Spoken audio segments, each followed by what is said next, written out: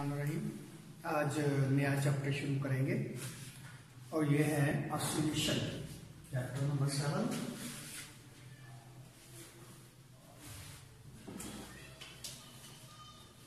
Oscillation या vibration क्या होती है? देखिए, अब तक हमने दो टाइप जो है मोशन की डिस्कस की थी। एक थी लीनियर मोशन, जिसमें बॉडी जो है along the straight line move करती है। फिर हमने सर्कुलर मोशन को डिस्कस किया, जिसमें बॉडी जो है एक सर्कुलर पाथ जो अडॉप्ट करती है, उसमें मूव करती है। ये तीसरी किस्म है मोशन की।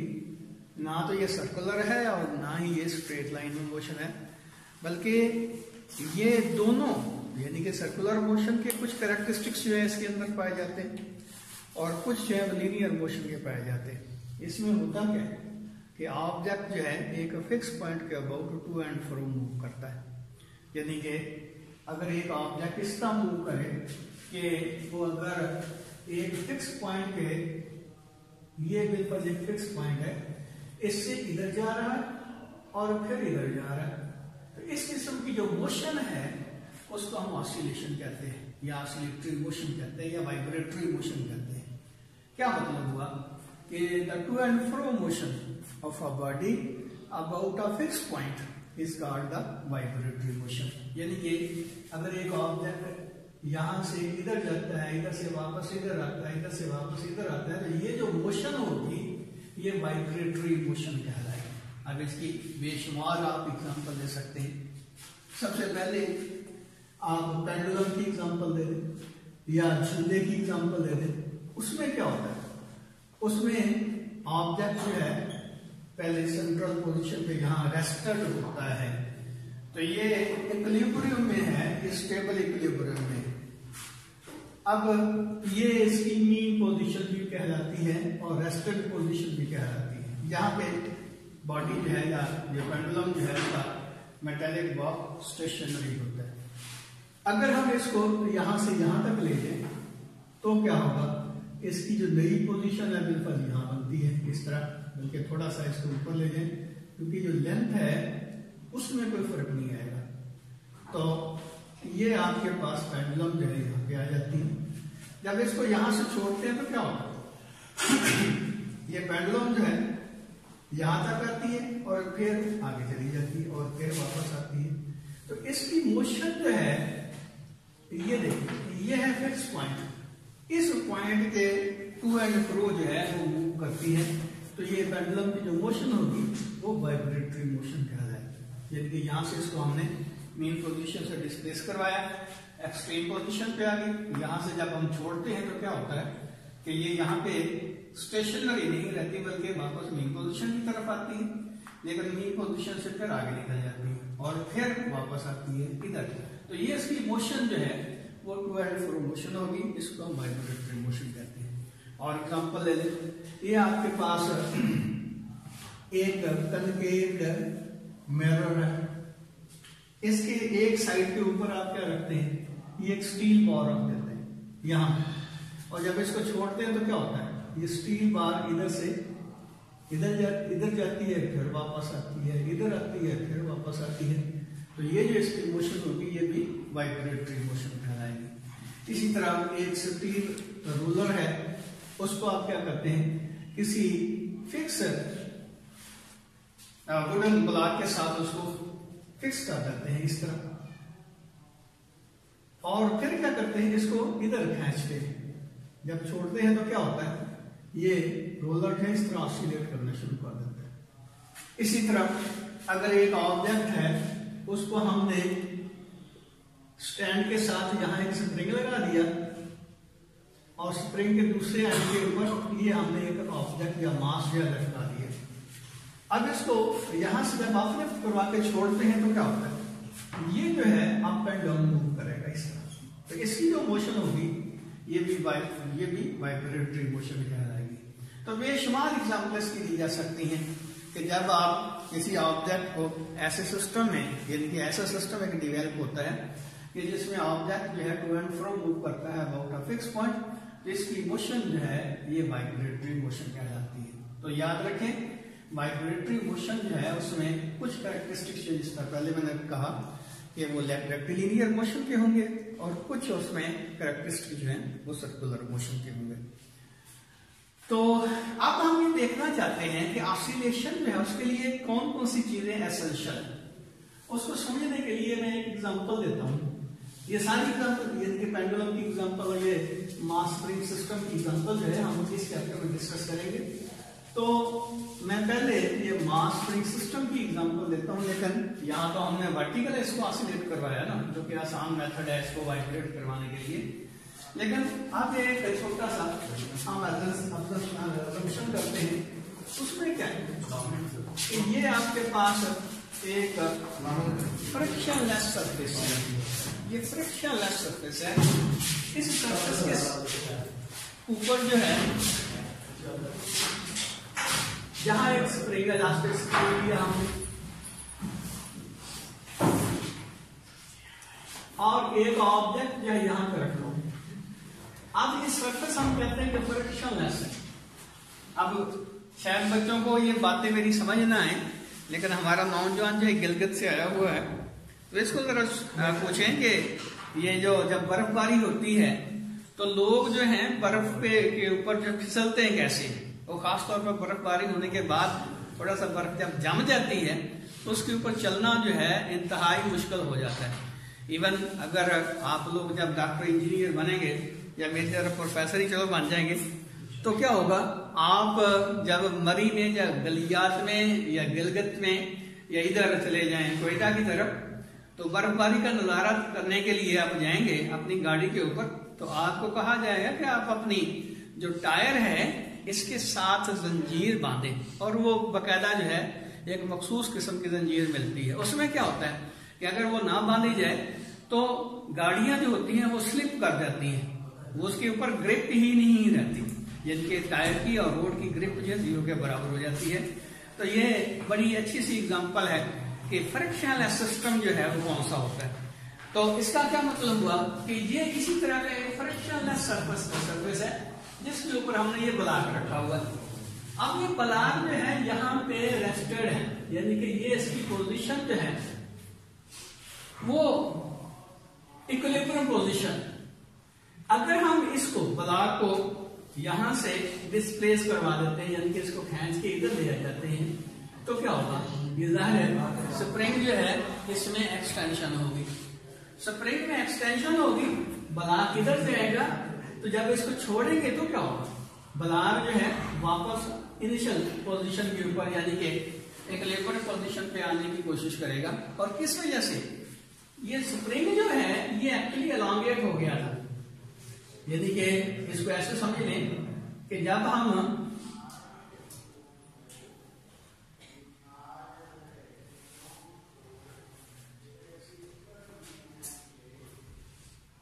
ब्लॉक को फोर्स लगा के इस तरफ लेके गए हैं तो स्प्रिंग एक्सटेंड हो गया। अब स्प्रिंग इसके ऊपर फोर्स लगा रहा है। ये फोर्स कैसी है, ये ऐसी फोर्स है कि स्प्रिंग जो है, यदि स्प्रिंग जो फोर्स लगा रहा है ब्लॉक के ऊपर, ये ऐसी फोर्स है जो बॉडी को मीन पोजीशन की तरफ खींच रही है। तो ये जो फोर्स है जो बॉडी को मीन पोजीशन की तरफ ले जाने की कोशिश करती है, इसको हम नाम देते हैं रिस्टोरिंग फोर्स का।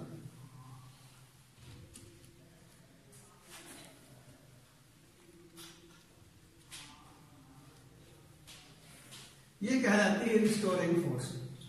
यानी कि रिस्टोर का मतलब आप समझते होंगे बरकरार करना अपनी पोजीशन को। यानी कि मिसाल के तौर पर अगर जो है एक पहलवान जब कुश्ती करते हैं तो क्या होता है, कुछ देर जो है वो जोर लगाने के बाद जो है रेस्टेड पोजीशन पे आ जाते हैं, तो वो क्या कर रहे होते हैं, अपने आप को रिस्टोर कर रहे होते हैं, यानी कि अपनी तवानाई जो है उसको बहाल करने की कोशिश कर रहे होते हैं। तो ये जो फोर्स है ब्लॉक को चूंकि मीन पोजीशन पे लाने की कोशिश करती है, इसलिए इस फोर्स को भी रिस्टोरिंग फोर्स कहेंगे। ये रिस्टोरिंग फोर्स है। अब रिस्टोरिंग फोर्स जो है ब्लॉक को मीन पोजीशन की तरफ खींचेगी, यहाँ पे लाने की कोशिश करेगी। अच्छा, ये देखिए, अगर स्प्रिंग जो है इलास्टिक ना हो और हम ब्लॉक को मीन पोजीशन से यहां तक ले जाएं, तो अगर ये इलास्टिक नहीं होगा तो डेफिनेटली ब्लॉक यहां पड़ा रहेगा, ये ऑसिलेट नहीं करेगा। इसका क्या मतलब हुआ कि ब्लॉक जो है उसको वापस लाने के लिए भी एक फोर्स चाहिए थी, जो स्प्रिंग प्रोवाइड कर रहा है इलास्टिसिटी की वजह से। तो इस पर्टिकुलर केस में इस फोर्स को इलास्टिक रिस्टोरिंग फोर्स कहते हैं, क्योंकि ये स्प्रिंग की इलास्टिसिटी की वजह से ये फोर्स जो जनरेट हुई है, इसलिए इसको इलास्टिक रिस्टोरिंग फोर्स कहेंगे। सिंपली वो फोर्स जो ब्लॉक को मीन पोजीशन पे लाने की कोशिश करती है उसको हम नाम देंगे रिस्टोरिंग फोर्स का। तो यहां से जब हम इसको छोड़ेंगे तो रिस्टोरिंग फोर्स जो है, मीन जो स्प्रिंग लगा रहा है ब्लॉक के ऊपर फोर्स, ये इसको मीन पोजीशन पे लाने की कोशिश करेगी। इसका मतलब ये हुआ कि अगर रिस्टोरिंग फोर्स ना होती तो ये ब्लॉक यहीं पे स्टेशनरी रहता, ऑसिलेट ना करता। इसका मतलब पहली बात जो ऑसिलेशन के लिए रिक्वायर्ड होती है या वाइब्रेटरी मोशन के लिए रिक्वायर्ड होती है वो है रिस्टोरिंग फोर्स। अब अगली बात देखिए, ब्लॉक जो है यहां तक तो फोर्स ने इसको खींचा है, यहां तक लेके आई है फोर्स, लेकिन ये ब्लॉक यहां रुकता नहीं है। क्यों नहीं रुकता? ये ब्लॉक जो है जाहिर इसका कुछ मास है, अपने मास की वजह से इसमें इनर्शिया है, तो इनर्शिया की वजह से ये ब्लॉक यहां नहीं रुकेगा, क्योंकि यहां से जब आगे आएगा यहां पे स्टेशनरी नहीं होगा बल्कि मोशन में होगा। तो डेफिनेटली इनर्शिया जो है इसकी मोशन को कंटिन्यू रखने की कोशिश करेगा। तो उसका रिजल्ट क्या निकलेगा कि ये जो हमारा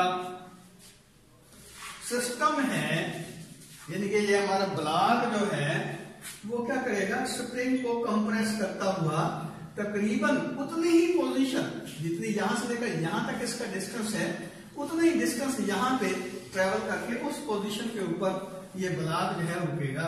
मीन यहां जो है ये स्प्रिंग जो है वो कंप्रेस होता जाएगा, तो ब्लॉक जो है यहां पे आके रुकेगा। इसका क्या मतलब हुआ, ये देखिए ये थी इसकी मेन पोजीशन। अब ब्लॉक को हमने यहां से यहां लेके गए हैं, तो ये दूसरी पोजीशन की ये आ गई। जब यहां से छोड़ा है तो ब्लॉक में जो रिस्टोर यानी कि ये स्प्रिंग जो है रिस्टोरिंग फोर्सेस को प्रोवाइड कर रहा है, जिसकी वजह से ब्लॉक जो है यहां रुका नहीं रहेगा। जैसे हम इसको छोड़ेंगे तो ये ब्लॉक जो है मेन पोजीशन की तरफ भागेगा। अब ये फोर्स जो है रिस्टोरिंग फोर्स कहलाती है। अब आगे क्या है, यहां तो रुकता नहीं है। क्यों नहीं रुकता? अपने इनर्शिया की वजह से। तो ब्लॉक का इनर्शिया जो है उसको यहां रुकने पे यानी कि इसको चलने में मजबूर करता है, जिसका रिजल्ट क्या निकलता है कि ब्लॉक जो है आगे स्प्रिंग को कंप्रेस करता हुआ आगे आ जाता है। और जितना यानी कि अगर ये सिस्टम जो हमारा कंप्लीट फ्रिक्शनलेस हो तो जितना ब्लॉक इधर से इधर हमने डिस्प्लेस करवाया था उतना ही ब्लॉक इधर डिस्प्लेस होगा और फिर यहां नहीं रुकेगा, यहां रिस्टोरिंग हो। यानी देखिए यहां पे थी एलॉन्गेशन, स्प्रिंग जो एलॉन्गेट हुआ था तो वो खींच रहा था सेंटर की तरफ। यहां हुई है कंप्रेशन, ये फिर ब्लॉक जो है उसको स्प्रिंग कंप्रेस कर रहा है कि ये सेंटर की तरफ जाए। इसका मतलब यहां फिर रिस्टोरिंग फोर्स जो है इसके ऊपर अप्लाई होगी, ये स्प्रिंग रिस्टोरिंग फोर्स प्रोवाइड करेगा, जिसकी वजह से ब्लॉक जो है दोबारा सेंटर की तरफ आएगा और फिर यहां नहीं रुकेगा, अपने इनर्शिया की वजह से ये ओवरशूट कर जाएगा, यहां तक पहुंच जाएगा। इसका क्या मतलब हुआ कि ऑसिलेशन के लिए दो चीजें जो है रिक्वायर्ड हैं। नंबर एक क्या है, रिस्टोरिंग फोर्स, और नंबर दो क्या हुआ, इनर्शिया। इसका मतलब ये हुआ कि ये ब्लॉक जो है टू एंड फ्रो मूव करेगा, वाइब्रेटरी मोशन परफॉर्म करेगा इन दो बातों की वजह से, रिस्टोरिंग फोर्स की वजह से और इनर्शिया की वजह से। अगर रिस्टोरिंग फोर्स नहीं होगी तो भी ब्लॉक ऑसिलेट नहीं कर सकता, और अगर इनर्शिया नहीं होगा तो भी ये ब्लॉक ऑसिलेट नहीं कर सकता। इसका मतलब ये हुआ कि रिस्टोरिंग फोर्स ब्लॉक को मजबूर करती है, कंपेल करती है कि ब्लॉक सेंटर की तरफ आए, और इनर्शिया जो है वो उस अपनी मोशन को यानी कि बॉडी जो है अपनी मोशन को कंटिन्यू रखने की कोशिश करती है, जिसकी वजह से ये ब्लॉक जो है सेंटर के ऊपर रुकता नहीं है बल्कि ओवरशूट कर जाता है, स्प्रिंग को कंप्रेस करता है और स्प्रिंग जो है फिर उसको रिटार्ड करता है। यहां पे एक लम्हे के लिए ब्लॉक रुकेगा लेकिन फिर वापस मीन पोजीशन की तरफ जाएगा। क्यों? अब स्प्रिंग जो है उसको पुश कर रहा है मीन पोजीशन की तरफ, यानी कि दोबारा रिस्टोरिंग फोर्स जो है उसको सेंटर की तरफ कंपेल कर रही है मूव करने के। तो इसका मतलब ये हुआ कि ऑसिलेशन के लिए ये दो चीजों का होना लाजमी है। अब एक और बात हम डिस्कस करना चाहते हैं, यानी कि एक पर्टिकुलर केस जो है ऑसिलेशन का वो डिस्कस करना चाहते हैं, जिसको हम नाम देते हैं सिंपल हार्मोनिक मोशन। तो ये सिंपल हार्मोनिक मोशन क्या होती है?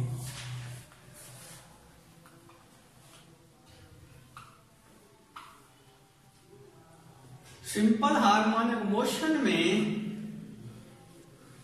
ये एक स्पेशल केस है ऑसिलेटरी मोशन का या वाइब्रेटरी मोशन का, जिसमें एक्सलेरेशन हमेशा डिस्प्लेसमेंट के डायरेक्टली प्रोपोर्शनल होता है और उसकी डायरेक्शन हमेशा मीन पोजीशन की तरफ होती है। अब यही एग्जांपल जो हम दोबारा कोट करते हैं। ये देखें, ब्लॉक इनिशियली यहां पे था, हमने क्या किया, हम इसके ऊपर फोर्स लगाते हैं इस डायरेक्शन में F, और ये F किसके प्रोपोर्शनल होगी? X के according to Hooke's law. Hooke's law के मुताबिक F जो है वो प्रोपोर्शनल होगी X के, और X क्या है? मीन पोजीशन से ये डिस्प्लेसमेंट है ये, और F जो है ये फोर्स है, ये डिस्प्लेसमेंट है। तो फोर्स और डिस्प्लेसमेंट एक दूसरे के डायरेक्टली प्रोपोर्शनल होंगे। यहाँ वजह क्या है? वजह यह है कि जैसे जैसे हम ब्लॉक को मीन पोजीशन से अवे लेते जाते हैं, वैसे वैसे स्प्रिंग जो है एक्सटेंड होता जाता है, और स्प्रिंग की एक्सटेंशन जो है वो प्रोपोर्शनल होती है फोर्स के। मिसाल के तौर पर देखें ना, वो जिम में वो स्प्रिंग होते हैं, चार स्प्रिंग होते हैं, तो उसमें क्या करते हैं नौजवान जो है वो दोनों ग्रेपें जो है पकड़ के इस तरह खींचते हैं मसल्स की एक्सरसाइज करने के लिए। अब जो एक सेहतमंद बंदा है वो क्या करता है, वो तो आराम से उसको खींच लेता है, और मेरे जैसा कमजोर आदमी क्या करता है, वो जोर लगाता रहता है, एक्सटेंड ही नहीं होता। वजह क्या कि जिसमें फोर्स ज्यादा होगी वो ज्यादा एक्सटेंशन जो है वो क्रिएट कर सकेगा, और जिसमें फोर्स कम होगी उसमें स्प्रिंग में जो एक्सटेंशन होगी वो भी कम होगी। तो ये कहलाता है हुक्स लॉ।